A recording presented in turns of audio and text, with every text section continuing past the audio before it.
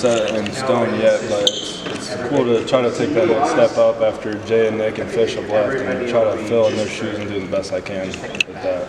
What's the biggest thing you think you learned from those guys? Biggest thing, just day to day, whether you're eating something, going to bed, getting up early, being the first one in the building, last one in the building, just how to act like a pro. In spring, sometimes you've been able to get some of those 1 reps. How is that helping you prepare for this? Yeah, so going through the years, whether it was even when Jack was here, being able to roll with the ones, or last year roll with the ones that Jay's taking a break, it just kind of comes second nature and not much different this year. So it's nice in the past getting that opportunity.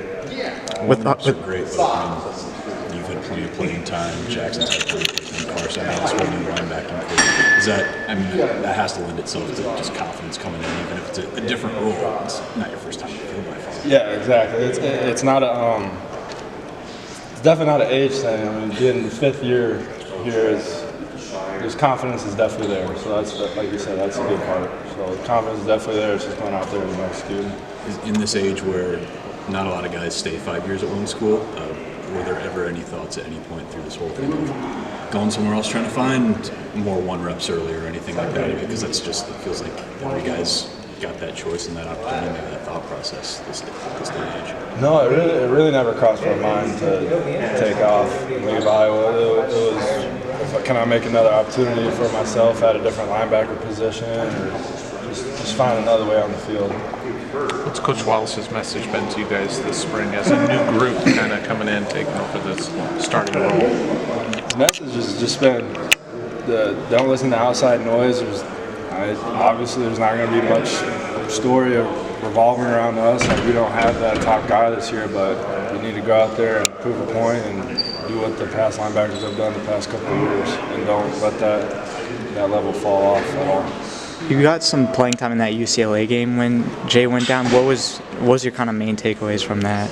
Main takeaway was first it definitely took me a couple series to get my feet wet and get in there. So by the second half, I found a stride.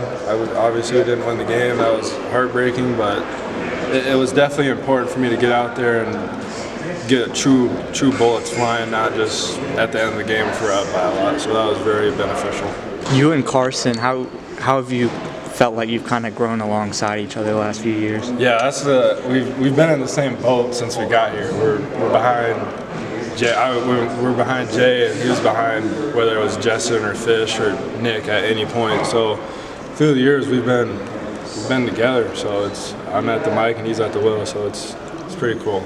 What are you seeing from some of the younger guys behind you, especially those freshmen who are doing their first spring ball? Yeah, so you got Cam, Preston, Derek, Burke, and Carson. So they all 3 of the non-mid-year guys. So Carson, or not Carson, but Preston, Derek, and Cam. They did amazing in the weight room this winter phase. Preston broke a couple of records with the squat, just super strong. They're all athletically gifted, so the future's bright for all of them. And Burke and Carson are doing a good job in the meeting. Obviously, they're getting pretty minimal reps right now, but they're doing a good job on the field with the reps they are getting.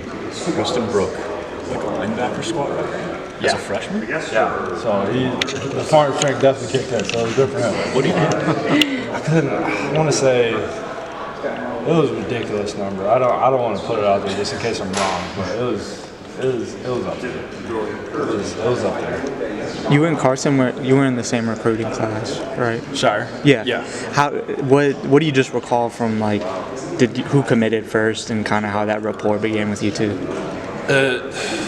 So I committed sophomore year pretty early, and he didn't commit much later. I want to say the junior, senior year, so he was a pretty late commit. I think he was already committed to you and I, if that's right, and then ended up coming here. But we got to know each other pretty quick, freshman year in the dorms. How would you just describe your guys' relationship? I'd say we're both pretty quiet guys, so if we're hanging out, it's not much words said, but I mean, on the field, we connect pretty well, and we're gonna know what each other's thinking. Whether if I have to be the vocal one at the mic, he's going to listen and he's going to make the play. He's a playmaker, so it works out. What do you? In a sense, it might be rare to see a guy not get their first opportunity in this position as a fifth year. Is it easier though to be patient when you see that formula work for Jay and work for some of the other guys who you see in this program? Yeah, of course. And even looking at the wall up here, the All-Americans, you see guys that only got one shot, whether it's a D lineman or a corner, they only have one shot. They have 1 year, and they prove themselves. And then just watching Jay, me and Jay are pretty close as well. He still reaches out, checks in. I'll check in on him, congratulate him on the combine and all that stuff. So I get to bounce an idea off of him, and he tells me how he went through the process. So it's very nice to have that. At any point during your process, did you ever think about the portal? No, it's to me that's a scary place. You're not guaranteed a home. I don't know what the stat is out there, but a lot of people don't end up finding a home, and I don't want to leave this place and leave that to chance. I love it here, so just happy with just staying. What's it been like seeing Max from high school to now, and the season he had last year, and a couple guys from Urbandale getting some big opportunities here this season? Yeah, that's super cool to be able to take it back and just realize we grew up together. It wasn't just high school. So we lived in Urbandale, and his dad, Sean, after a game or something, he'd post a picture of us just playing. It was called the Little Jayhawk. It's Urbandale's just little, like, 1st through 5th grade football league, and he would post a picture of me and Max on that team. So it's super cool to just see how far back we go playing football or basketball or baseball, whatever it is. So it's really cool to be on one of the biggest stages in college football playing together now. What were the positions back then? A lot different. Max, so I was taller than Max, like, all growing up. And I think it was sophomore year, he caught up to me. We were about eye level, and then junior and senior year, he skyrocketed up. So I was actually on the D line. He was more of like a safety linebacker type. And then, here it just kind of flip-flops. So, yeah. If not many words are spoken when you and Carson are hanging out, how did you guys develop that, like, I know what the other guys think in mentality? If we're just hanging out, like watching a movie or something, that's when. But in the classroom upstairs, we're watching a play, this, that, and like even today in practice, something happened. Like, I probably should have did this. Now next time that formation play comes up, already gonna know. Was it Neiman and Wallace your recruit? Was it both of them, or? Yeah. So Coach Neiman, when he took over, he became my main recruiter. So he was the guy that called me every week just to check in, and then Wallace also recruited me at occasional check-ins. What do you just recall about that process?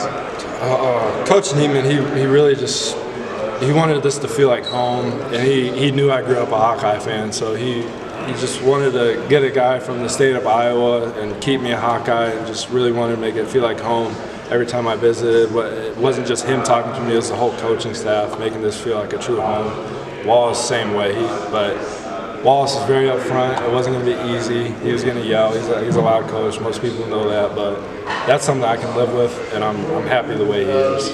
You haven't not only played behind Nick and Jay, but also Seth and Jack. What do you recall from Seth and Jack watching their process? Yeah, being a young guy, being able to watch those two, it was very special. To be able to watch a first-round draft pick go through his day-to-day life it's pretty cool, and now I try to take things from them that I can do right now, whether it's the way Seth Benson could look at film and dissect, and he was just so smart on and off the field, and Jack was just, his instincts were so good on the field. He was also very good in the classroom, but he just taking those things and trying to use them on the field every day is very, very nice.